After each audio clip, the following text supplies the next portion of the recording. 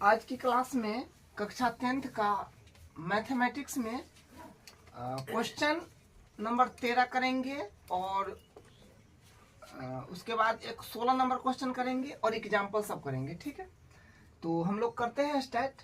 देखिए question number 13 क्या कहता है, एक त्रिभुज एबीसी की भुजा बीसी पर एक बिंदु डी इस प्रकार स्थित है कि कोण एडीसी बराबर है कोण बीएसी है। दर्शाइए कि सी ए स्क्वायर बराबर C B into C D है। तो देखिए क्वेश्चन जो है ये काफी इंपोर्टेंट है और इसको ध्यान से करना है। ठीक है, और क्वेश्चन बिल्कुल आसान है। देखिए सबसे पहले इसमें हम क्या करेंगे, एक डायग्राम बनाएंगे त्रिभुज एबीसी का। ठीक है, क्या बोला है कि एक त्रिभुज एबीसी, तो डायग्राम तो दिया नहीं है, तो हम लोग एक त्रिभुज का डायग्राम बनाएंगे और उसका नाम एबीसी दे देंगे।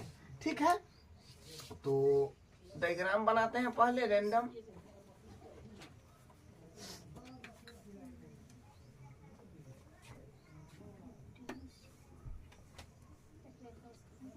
रैंडम एक डायग्राम बना लेना है अपने को।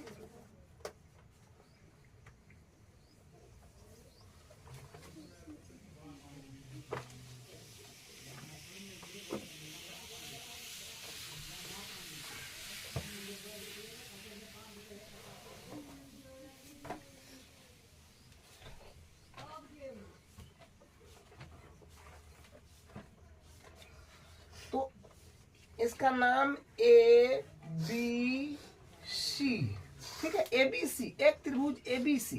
तो हम एक त्रिभुज बनाए उसका नाम एबीसी दे दिए, क्योंकि क्वेश्चन में एबीसी बोला है तो एबीसी कर दिए। तो क्या कह रहा है कि एक त्रिभुज एबीसी जो हो गया है, एक त्रिभुज एबीसी की भुजा बीसी पर एक बिंदु डी है। तो बीसी भुजा ये है ना, है, इस पर एक बिंदु डी है। तो कहीं पर यहाँ यहाँ यहाँ कहीं पर एक बिंदु डी ले लीजिए।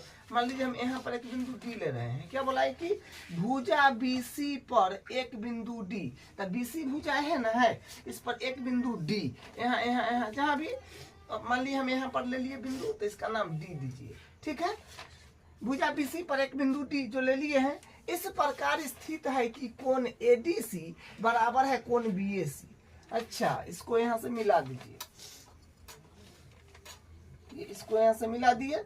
अब क्या कहा जा रहा है कि कोण एडीसी, एडीसी माने ये वाला कोण जो है, ये वाला कोण एडीसी बराबर है बीएसी का, बीएसी का, यानी ये वाला कोण। देखिए कहने का मतलब क्या है कि ये वाला कोण, ये वाला कोण और ये वाला कोण पूरा बराबर है। ये बात यहाँ पर जो है अपने को दिया हुआ है। ठीक है, और दर्शाना है इतना चीज। ठीक है, तो दर्शाना है में सी ए का स्क्वायर बराबर C B into C D. देखिए यहाँ पर अगर आप ध्यान दे पा रहे हैं तो एक बड़ा वाला त्रिभुज है ए बी सी, ठीक है, और एक छोटा वाला त्रिभुज ए डी सी, ये दोनों में बात करना होगा। और देखिए ना जितना भुजा लिया है सब में सी के साथ में लिया है, सी एहो में सी एहो में सी। तो इसका मतलब है कि सी वाला भुजा से ही रिलेटेड जितना त्रिभुज बनेगा, सी वाला भुजा मतलब ए सी, ये वाला भुजा से जितना त्रिभुज बनेगा, जितना बार काम में आएगा, इसको लेना पड़ेगा। समझे? तो ये वाला चीज जो है अपने पास में क्या होएगा, आ जाएगा। तो सबसे पहले ये चीज लाने के लिए आपको ये बड़ा वाला त्रिभुज एबीसी त्रिभुज और ये छोटा वाला त्रिभुज एडीसी त्रिभुज को समरूप करना पड़ेगा। ठीक है, ये बड़ा वाला त्रिभुज एबीसी को और छोटा वाला त्रिभुज एडीसी को समरूप करना पड़ेगा और भुजा का अनुपात लेने से आ जाएगा। ठीक है, तो हम लोग बनाते हैं। जो पहले दिया है उसको लिख दीजिए। दिया है अपने पास में, दिया है, क्या दिया है कि कोण एडीसी, कोण एडीसी बराबर है कोण बीएसी का। ठीक है, और सिद्ध क्या करना है, ये ना दर्शाना है। तो यहाँ पर हम लिखेंगे सिद्ध करना है, सिद्ध करना है। तो सिद्ध करना है में देख रहे हैं ना, सी ए का स्क्वायर बराबर C B into C D. ये वाला जो है प्रूफ करना है। तो हम लोग बनाएंगे उपपत्ति से, हम लोग शुरू कर देते हैं, यहाँ से कर देते हैं उपपत्ति। उपपत्ति यानी प्रूफ, ठीक है। तो देखिए हम लोग दो त्रिभुज लेने वाले हैं, ABC त्रिभुज बड़ा वाला और एक ADC त्रिभुज, ठीक है।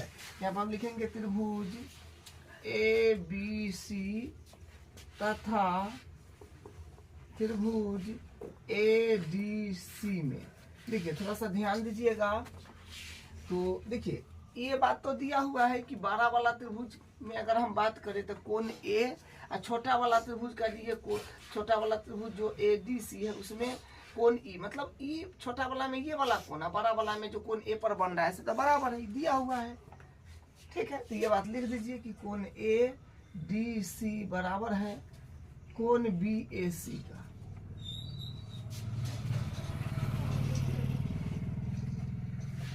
कारण हो जाएगा दिया है, ठीक है। तो ये दिया हुआ है। अब देखिए वो हाँ एक और बात यहाँ से देखिए, कोण C दोनों में आ रहा है। अब ध्यान से देखिए, बड़ा वाला त्रिभुज में भी कोण C आ रहा है, छोटा वाला में भी, बड़ा वाला में भी कोण C और छोटा वाला में भी कोण C आ रहा है। तो कोण C बराबर कोण C हो जाएगा उभयनिष्ठ, ठीक है, उभयनिष्ठ। तो देखिए जिस त्रिभुज में अगर दो कोण बराबर हो जाए ना तो वो त्रिभुज समरूप हो जाते हैं, एंगल एंगल यानी कोण कोण समरूपता से। तो हम यहाँ कह देंगे अतः एंगल एंगल समरूपता, एंगल एंगल समरूपता कसौटी, एंगल एंगल समरूपता कसौटी से हम क्या कह देंगे कि त्रिभुज AB पूरा बड़ा वाला त्रिभुज समरूप है, समरूप है त्रिभुज ADC का। जब दो त्रिभुज समरूप होते हैं तो उनकी संगत भुजा जो होता है समानुपाती होता है। तो यहाँ पर संगत भुजा लेना पड़ेगा, समझे। तो यहाँ पर लिखेंगे अतः संगत, अतः संगत भुजाएं, अतः संगत भुजाएं समानुपाती होंगे, समानुपाती होंगे। संगत भुजाएं जो होगा समानुपाती होगा। तो देखिए इसमें भुजा जो समानुपाती लिया है ना, उसी वाला भुजा को हमेशा काम में लेते आया है। तो C वाला भुजा से रिलेटेड कौन त्रिभुज बन रहा है उस पर गौर करना पड़ेगा। और यहाँ पर ये खास बात ध्यान देना है कि त्रिभुज देखिए एक बड़ा वाला त्रिभुज है, अब बड़ा वाला के अंदर में ही छोटा वाला त्रिभुज घुसा हुआ है, समझे। तो जे आपको साफ त्रिभुज साफ सुथरा देखने में लग रहा है उसको पहले बनाइए। जैसे ABC एकदम साफ देखने में लग रहा है तो ABC को बना लेते हैं पहले हम लोग। ये इस तरह का है कुछ, A है, B है, C है, मतलब जो त्रिभुज आपको साफ सुथरा देखने में लगे, ठीक है, उसको पहले बना लीजिए और नाम एकदम सेम दीजिए। इसी के अकॉर्डिंग दूसरा त्रिभुज बनाइए, ठीक है। जैसे ये वाला त्रिभुज एक है ADC, इसी के अकॉर्डिंग बनाएंगे, ठीक है। ये बना लिए। तो आप इसका नाम जो देंगे ना इसके अकॉर्डिंग देंगे, क्यों?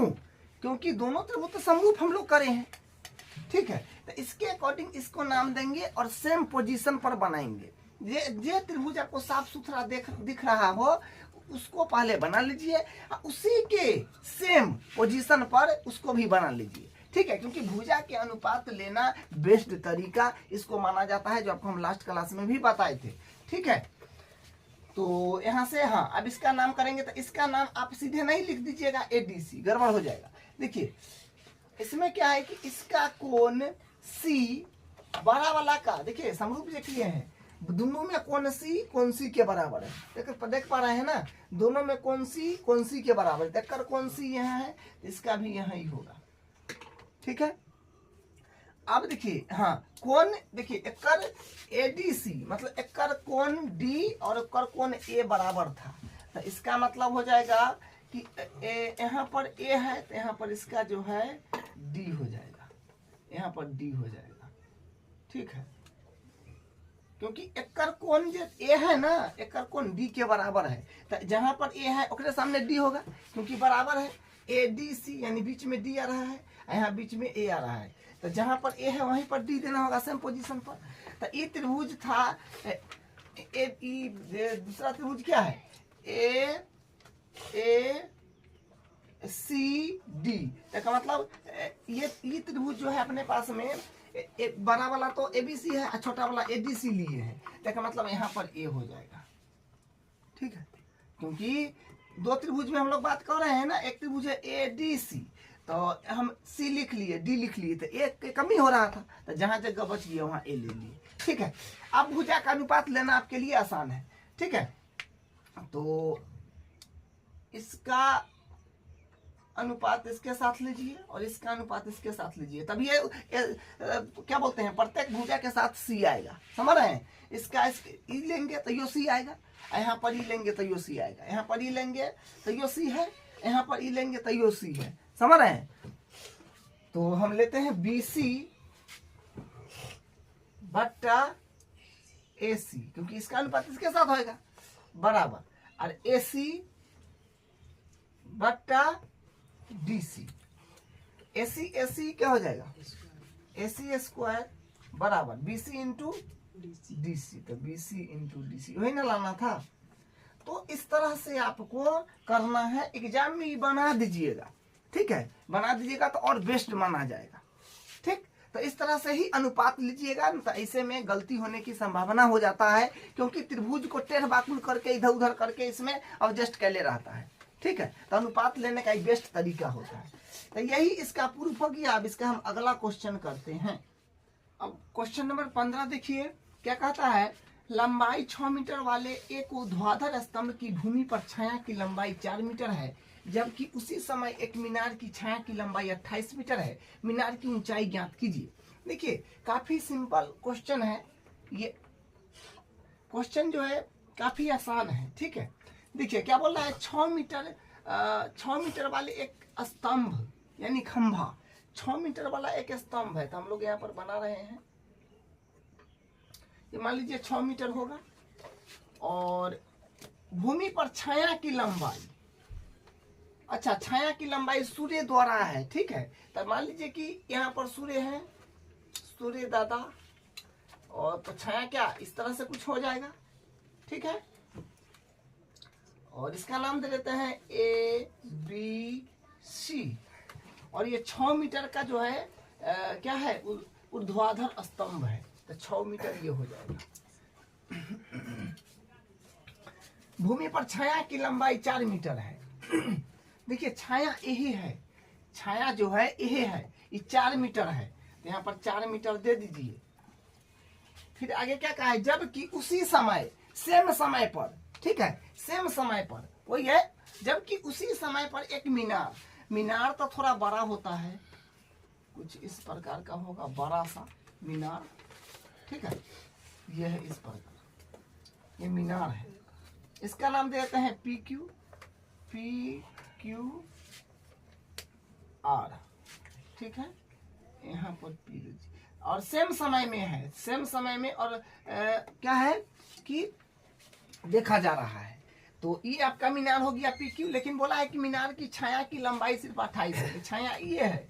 ठीक है, तो ये 28 मीटर हो जाएगा, तो मीनार की ऊंचाई बताना है।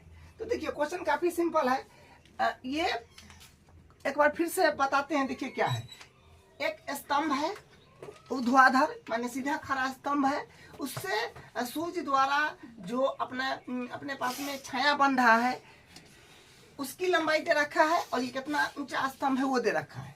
इधर भी वही बात है कि एक मीनार है, तो मीनार के कितना लंबा है कितना ऊंचा है से नहीं दिया है, लेकिन छाया 28 मीटर का बन रहा ही दिया है, समझे। तो मीनार की ऊंचाई अपने को बताना है, तो हम लोग क्या करेंगे, ये वाले त्रिभुज और ये वाले त्रिभुज को समरूप कर लेंगे, और समरूप करना बेहद आसान है। क्यों? क्योंकि देखिए सेम समय में दोनों को ऑब्जर्वेशन किया जा रहा है, सेम समय में दोनों को ऑब्जर्वेशन किया जा रहा है, देखा जा रहा है, तो सूर्य द्वारा जो यहाँ पर का जो कोण होगा बराबर होगा और यहाँ पर का भी कोण बराबर होगा। और हमेशा धरती के साथ कोई भी चीज 90 डिग्री पर खड़ा होता है। तो ये त्रिभुज का ई कोण बराबर हो गया, ई त्रिभुज में 90, ई त्रिभुज में भी ये 90 हो गया। तो कोण समरूपता से दोनों त्रिभुज समरूप हो गया। और भुजा का अनुपात इसका अनुपात इसके साथ लेंगे, इसका अनुपात इसके साथ लेंगे, और ये वाला वैल्यू जो है मीनार की ऊंचाई PQ निकल जाएगा। ठीक है, यहाँ पर एक बात और लिख दीजिए कि AB क्या है। AB है आपका ऊर्ध्वाधर स्तंभ, ऊर्ध्वाधर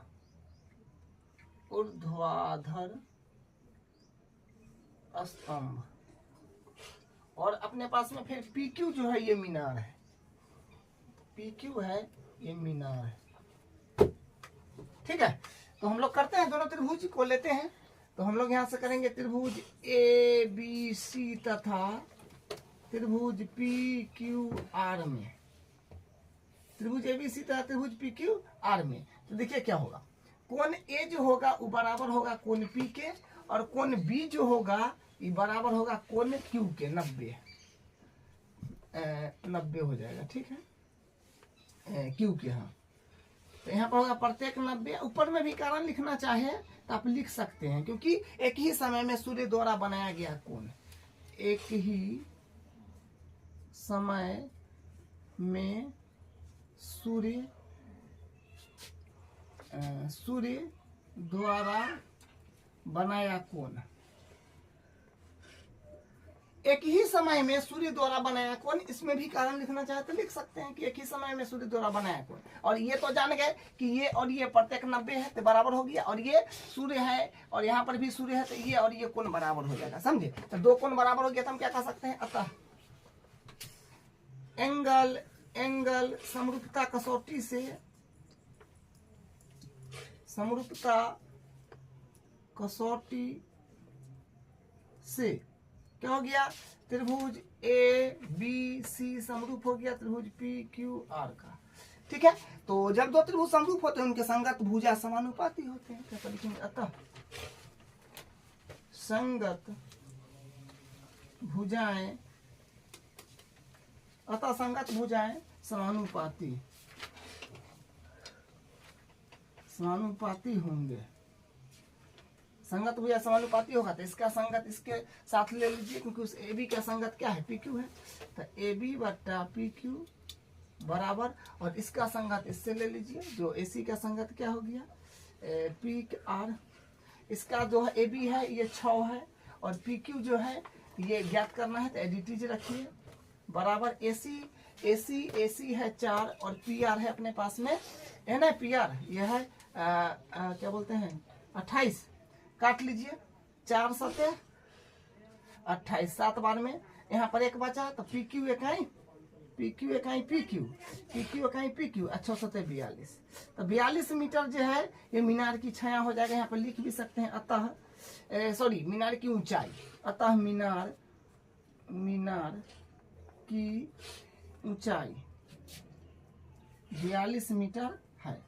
ठीक है, इस तरह से क्वेश्चन करना था। अब इसका एग्जाम्पल जो है सेम पैटर्न का उसको ले लेते हैं।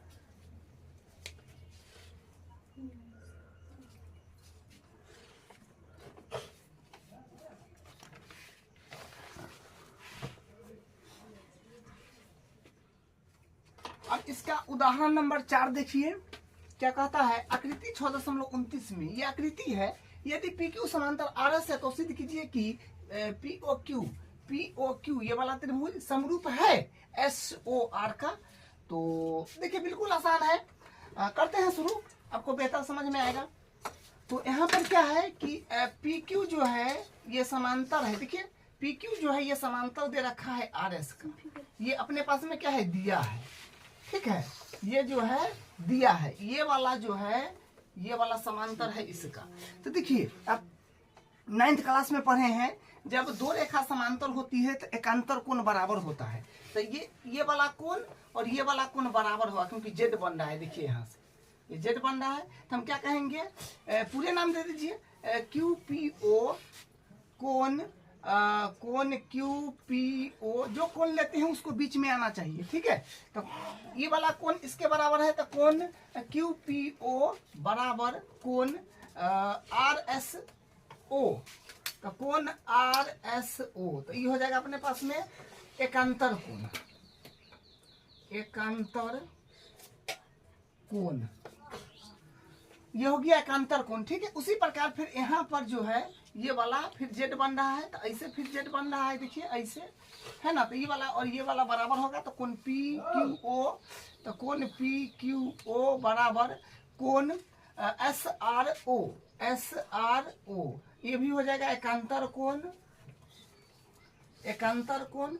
तो देखिए यहाँ पर आप शीर्षाभिमुख कोण भी ले सकते हैं, ये वाला कोण ये वाला भी, या आप नहीं लीजिएगा तो क्या दिक्कत, क्योंकि दो कोण अगर बराबर हो जाते तो वो समरूप हो ही जाता है। तो नहीं हो लीजिएगा तो कोई दिक्कत नहीं होने वाला है, ले भी लीजिएगा तो कोई दिक्कत नहीं होने वाला है। तो हम इतना ही पर कर देते हैं। अतः एंगल एंगल समरूपता, एंगल समरूपता कसौटी से क्या हुआ, दोनों त्रिभुज समरूप हो गया। क्या कि त्रिभुज POQ समरूप हो गया त्रिभुज SOR का, यही प्रूफ करना था, यह प्रूफ हो गया। ठीक है, तो बेहद आसान क्वेश्चन था।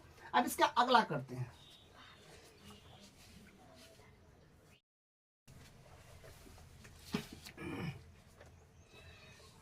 उदाहरण 5 देखिए क्या कहता है, आकृति 6.3 में कोण P ज्ञात कीजिए। मतलब अपने को कोण P ये वाला ज्ञात करके बताना है। तो देखिए सबसे पहले त्रिभुज को समरूप करना पड़ेगा।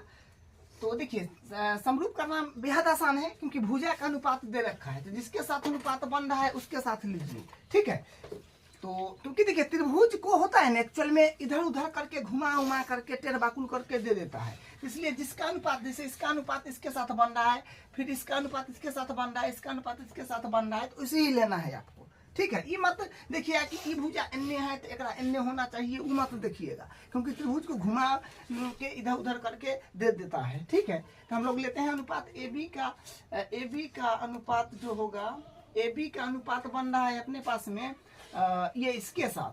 ठीक है, एक RQ के साथ, तो RQ, तो AB हो गया 3.8 और RQ हो गया अपने पास में 7.6।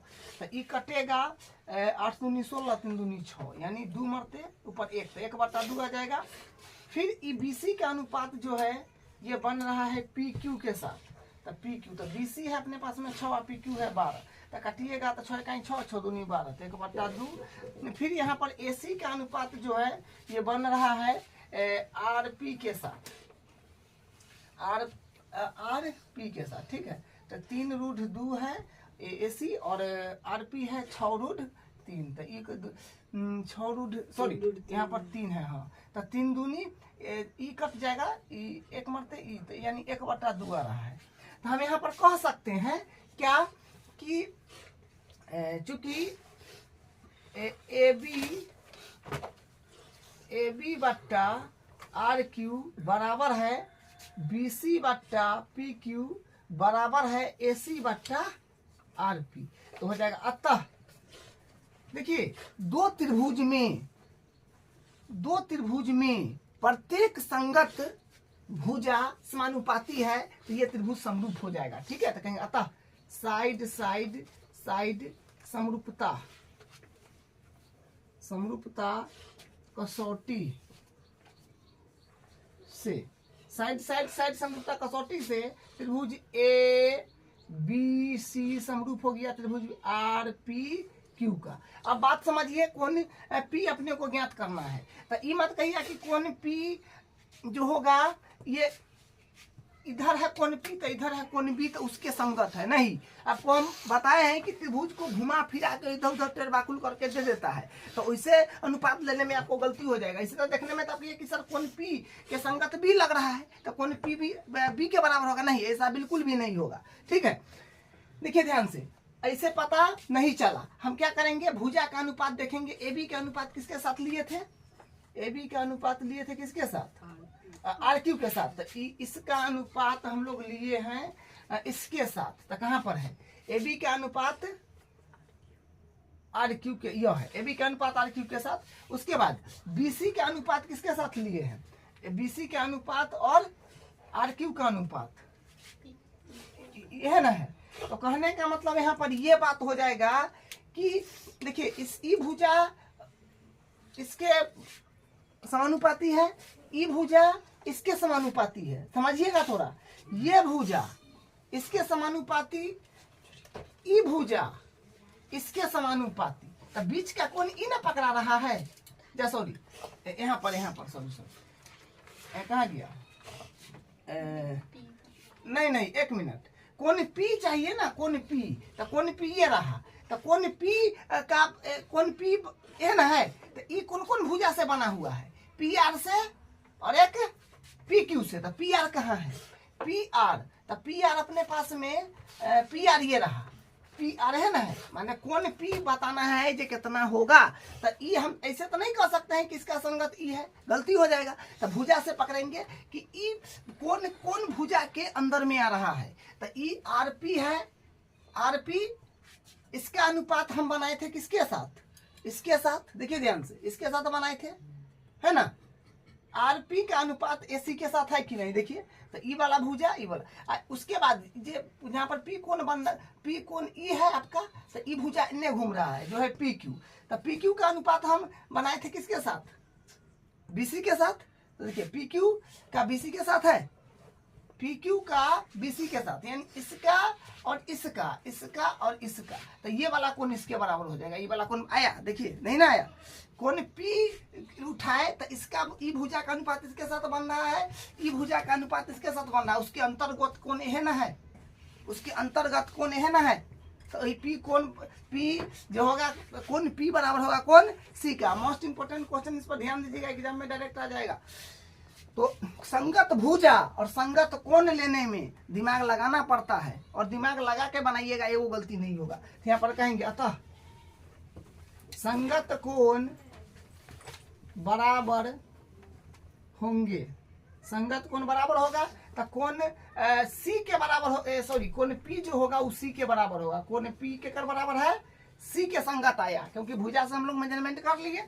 अब देखिए, तो यहाँ पर कुछ काम करिए, कौन सी यहाँ से हम निकाल सकते हैं। कहेंगे त्रिभुज ए बी सी में कोण ए प्लस कोण बी प्लस कोण सी बराबर 100। त्रिभुज का कोण योग गुण से त्रिभुज के तीनों कोणों का योग कितना होता है 180। तो ये 80 है, तो 80 भर दीजिए, प्लस कोण बी के मान 60 है, प्लस कोण सी ज्ञात करना है, एडिटीज।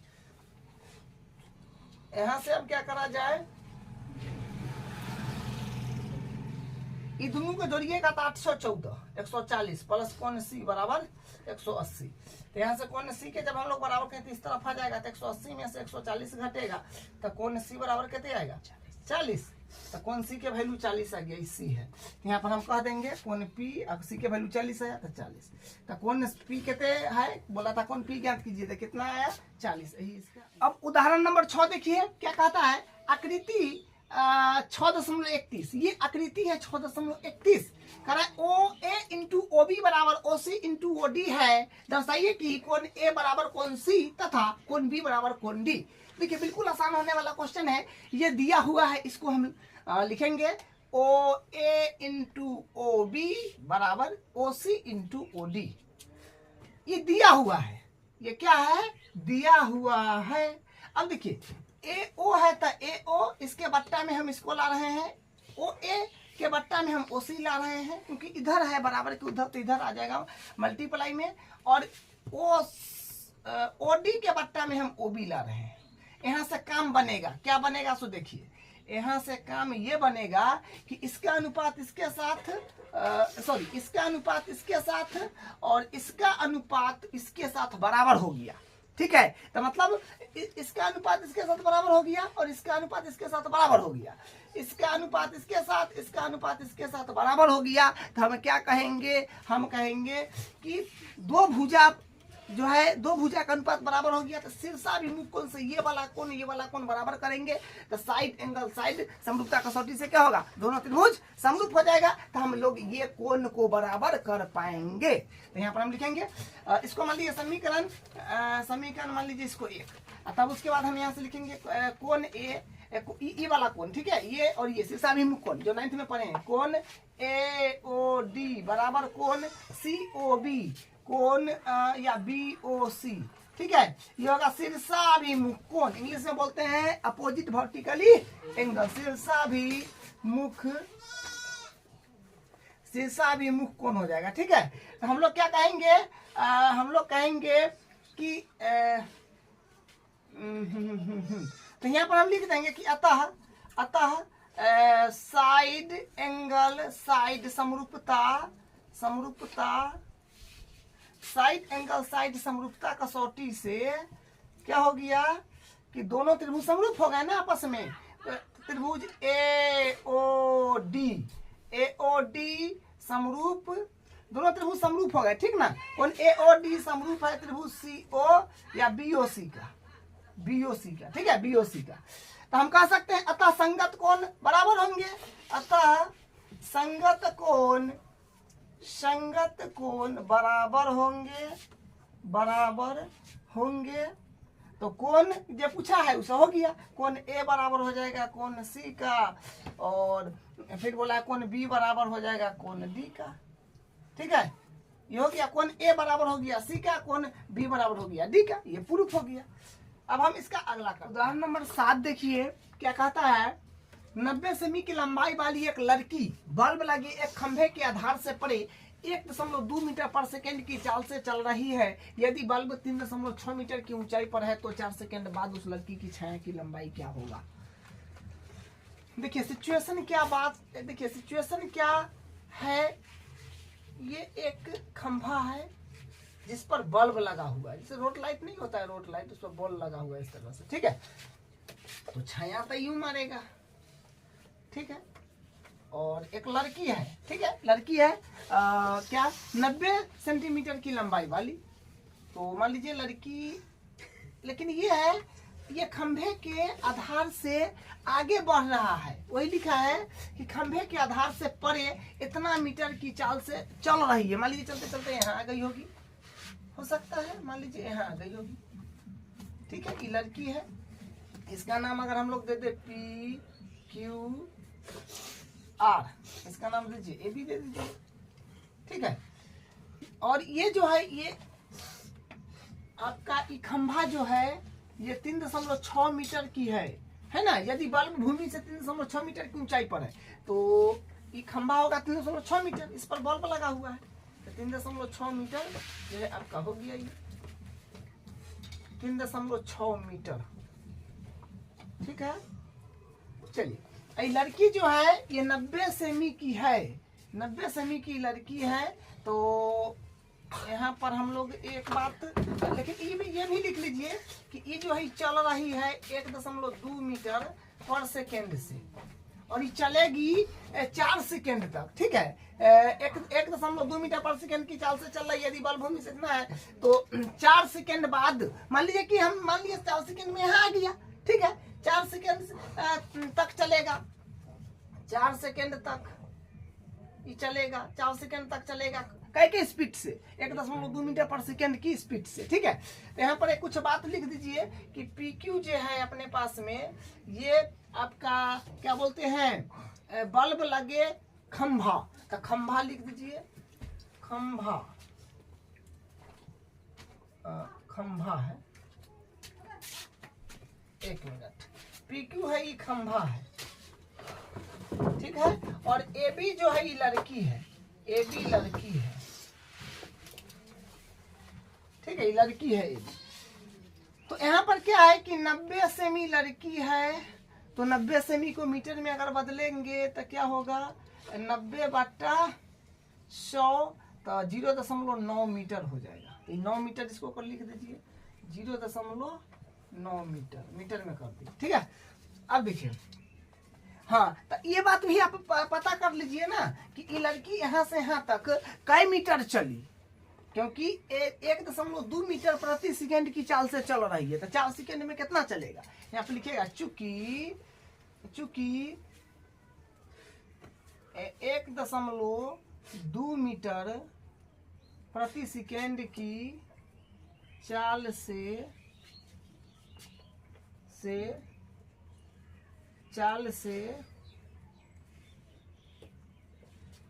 4 सेकेंड में तय 4 सेकेंड में चली गई दूरी कर लीजिए। चूंकि 1.2 मीटर पर सेकेंड की चाल से, या ऐसे लिख दीजिए, ठीक है, ऐसे लिख दीजिए 1.2 मीटर पर सेकेंड है ना, तो इसका मतलब हुआ कि 1 सेकेंड में, चूंकि 1 सेकेंड में 1.2 मीटर चलती है, इसलिए 4 सेकेंड में चली गई दूरी, तो गुना करना पड़ेगा 1.2 में 4 से, तो 12 चौक 48 होता है कि, तो 4.8 मीटर हो गया। तो ये भी हम लोग जान गए कि यहाँ से यहाँ तक जो है, यहाँ से यहाँ तक ये अपने पास में 4.8 मीटर हो गया। क्योंकि देखिए 1.2 मीटर प्रति सेकेंड की चाल से चल रहा था, तो 4 सेकेंड में कितने जाएगा, तो निकल लिए, तो इतना आ गया।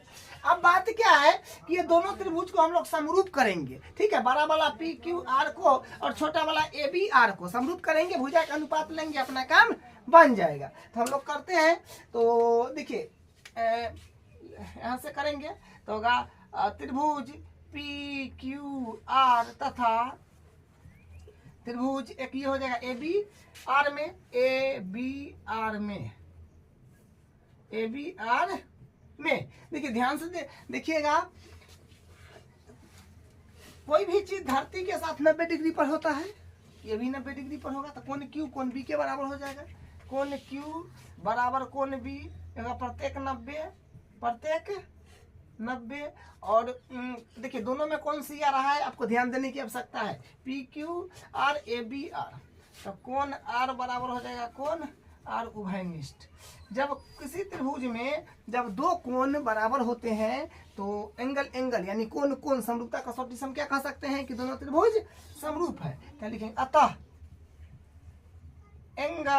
एंगल हिंदी में लिखिए तो कोण, ठीक है, एंगल समरूपता कसौटी, एंगल समरूपता कसौटी से हम क्या कह सकते हैं कि त्रिभुज PQR है पहले बड़ा वाला, तो PQR समरूप है त्रिभुज ABR का, ठीक है। तो जब दो त्रिभुज समरूप होते हैं तो उनके संगत भुजा समानुपाती होते हैं, तो संगत भुजा लेंगे तो अपने पास हो जाएगा। तो लिखेंगे अतः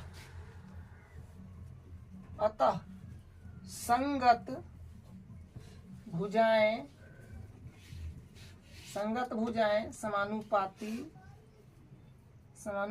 होंगे। तो निकालना क्या है, वही भुजा को काम में लेंगे। लड़की की छाया की लंबाई, अच्छा लड़की की छाया ई होगा, ठीक है ना, है छाया तो है, यहाँ खड़ा है तो इसके छाया बनेगा, तो ये छाया होगा लड़की का। तो ये बताना है अपने पास में ये वाला, तो इसका अनुपात इसके साथ हो ही जाएगा। और क्या बोलते हैं, इसका अनुपात इसके साथ नहीं सॉरी, छाया की लंबाई जो होगा ना अपने पास में ये हो जाएगा, ये ठीक है, ये वाला ये होगा, ठीक है, छाया ई नहीं होगा, ये होगा, क्योंकि धरती के साथ कितने दूर गया यहाँ से ना पता चलेगा, ये छाया है अपने पास में। तो यहाँ से हम ले लेंगे अनुपात, तो समानुपाती होंगे, तो AB का अनुपात बनेगा PQ का अनुपात AB के साथ, तो PQ बट्टा AB बराबर PQ बट्टा AB, उसके बाद पूरा बड़ा वाला का QR और छोटा वाला का BR, तो हो जाएगा QR बट्टा BR, ठीक है। तो यहाँ से PQ कितना है 3.6 और AB कितना है 0.9 बराबर QR कितना है, QR इसको ना होगा तो x मान लीजिए, तो यहाँ से इतना प्लस इतना, ठीक है। तो QR जो यहाँ से यहाँ तक ना है, QB प्लस BR के बराबर है, पूरे लिख देते हैं, QB प्लस BR के बराबर है। और BR कहते हैं, तो BR को हम लोग क्या x माने हैं, तो x लिख दीजिए। तो यहाँ से होगा अगर आप दशमलव उड़ा रहे हैं तो एगो 0 नीचे को उड़ा रहे हैं तो एगो 0 ऊपर, तो एगो 0 से एगो 0 भी कट जाएगा, 9 चौक 36। तो यहाँ से हो जाएगा अपने पास में और बट्टा में एक में कुछ एक ले लीजिए। ये होगा बी क्यू कितना है, बी क्यू तो हम लोग निकाल भले क्यू बी, तो क्यू बी है अपने पास में 4.8 प्लस बी आर को हम लोग एक्स मान लिए हैं, तो एक्स बट्टा एक्स क्रॉस मल्टीप्लाई करना पड़ेगा, तो क्या हो जाएगा ए में इससे, तो 4x बराबर आई हो जाएगा 4.8 प्लस एक्स। इसको इसी तरफ ले लेते हैं, तो क्या होगा 4x बराबर होगा माइनस प्लस में एक्स माइनस में 4.8, जब घटाएंगे तो 3 बराबर 4.8, तो यहाँ से क्या हो जाएगा, यहाँ से अपने पास में आ जाएगा x के जब हम लोग बराबर करेंगे x के, तो आएगा 4.8 बट्टा 3, तो 1.6, तो 1.16, हाँ 16 3 48, 1.6 आ जाएगा इसका 1.6 मीटर। ठीक है, तो छाया की लंबाई जो बोला है ना, लड़की की छाया की लंबाई ज्ञात कीजिए, तो हम यहाँ पर लिख देंगे अतः लड़की की छाया की लंबाई 1.6 मीटर है। ठीक है, यहाँ पर लिख देंगे अतः लड़की की छाया की लंबाई 1.6 मीटर है। तो यही इसका फाइनल आंसर है। ठीक है।